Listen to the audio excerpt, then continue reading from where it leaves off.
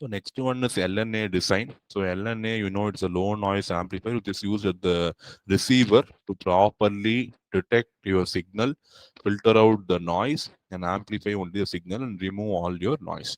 And LNAs are very, very important in the receiver because they should be sensitive enough to detect even the mildest signals.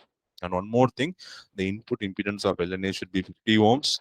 The output impedance of LNA also should be 50 ohms, and those constraints are very, very important at high frequency because impedance matching plays a major role at high frequencies. So we are going to define four noise parameters: GC, BC, RN, and GU.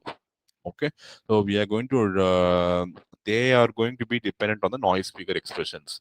So we are going to find how we are going to minimize the noise in LNA and maximizing the available power, so that even when worst possible situation, our LNA is going to perform very well. Okay, so that is what is the goal of all designers. So we are going to derive analytical expression for all the four parameters, and we are going to find what is the best possible combination of the four parameters for maximizing the power gain of your LNA.